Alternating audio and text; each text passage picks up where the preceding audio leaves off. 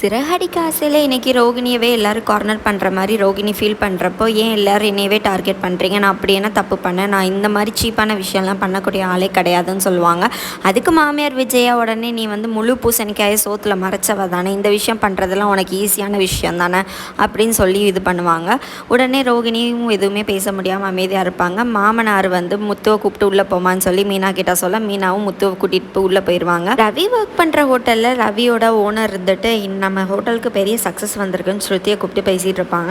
இந்த மாதிரி நம்ம ஹோட்டல் நல்ல ரேட்டிங்ஸில் இருக்குது, டாப் 5 ஹோட்டலுக்குள்ளே வந்திருக்கு, நமக்கு அவார்டு கூப்பிட்டு கொடுக்க போகிறாங்க அப்படிங்கிற மாதிரி சொல்லிட்டு இருக்கும்போது இதுக்கு மெயினான ரீசன் ரவியும் தானே அப்படின்னு சொல்லி ஸ்ருதி சொல்லுவாங்க. உடனே நீத்துக்கு கோவம் வந்து இதில் என்னோடய ஒர்க் வந்து நிறையவே இருக்குது ஸ்ருதி, நீங்கள் என்ன இப்படி பேசிகிட்டு இருக்கீங்கன்னு சொல்லி கொஞ்சம் கோவப்பட்டே பேசுவாங்க. அதுக்கு ஸ்ருதி இருந்துட்டு உங்களோட ஒர்க் நிறையவே இருந்தாலும் ரவி மட்டும் நல்லா சமைக்கலைன்னா இத்தனை பேர் வருவாங்களா, நல்ல ரேட்டிங்ஸ் உங்களுக்கு கிடைக்குமாங்கிற மாதிரி ரொம்ப கோவப்பட்டு பேசுவாங்க. ஏன் ரவிக்கு பதிலாக வேறு செஃப் கூட வைங்க அப்படின்னு சொல்லி ரவியும் அந்த இடத்துக்கு வந்துடுவார். வா நீ உடனே ரிசைன் பண்ணு, நம்ம வீட்டுக்கு கிளம்பலான்னு சொல்லி சொல்லும்போது ரவி இருந்துட்டு இடியட் மாதிரி பேசாத ஸ்ருதி அப்படின்னு சொல்லிடுவாங்க. ஸ்ருதியும் உடனே கோச்சிட்டு வீட்டுக்கு போயிடுவாங்க. மனோஜ் வந்துட்டு அவங்க அம்மா கிட்ட, அம்மா நான் உங்ககிட்ட கேட்கணும், நம்ம கடையில் வேலை பார்க்குற ஒரு பையனுக்கு இன்னைக்கு கல்யாணமாக, நான் ரோகிணியை கூப்பிட்டு போயிட்டு வந்துடுறேன், ஓனராக நாங்கள் 2 பேர் போயே ஆகணுங்கிற மாதிரி சொல்வார்.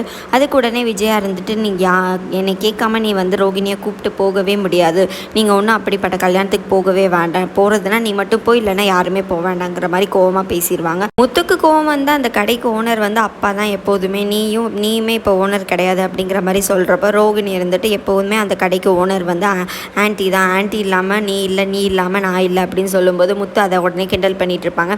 என்ன பழைய பாட்டெல்லாம் பாடுறியா, நான் இல்லாமல் லெவல் இல்லை அப்படின்லாம் பாடிட்டு இருப்பார். கல்யாணத்துக்கு போகிறதா இருந்தால் நீ மட்டும் போ அப்படின்னு சொல்லி விஜய் உடனே திருப்பியும் கோவமாக சொல்ல மனோஜ் சரிம்மா நான் மட்டும் போகிறேன் அப்படின்னு சொல்லி கிளம்பி போயிடுவாங்க. சிட்டிக்கிட்ட இருந்து நகையை வாங்குறதுக்காக ரோகிணி அவங்க ஃப்ரெண்டு மூலமாக 1 லட்சம் ரூபாய் ஒரு இடத்துல அரேஞ்ச் பண்ணியிருப்பாங்க.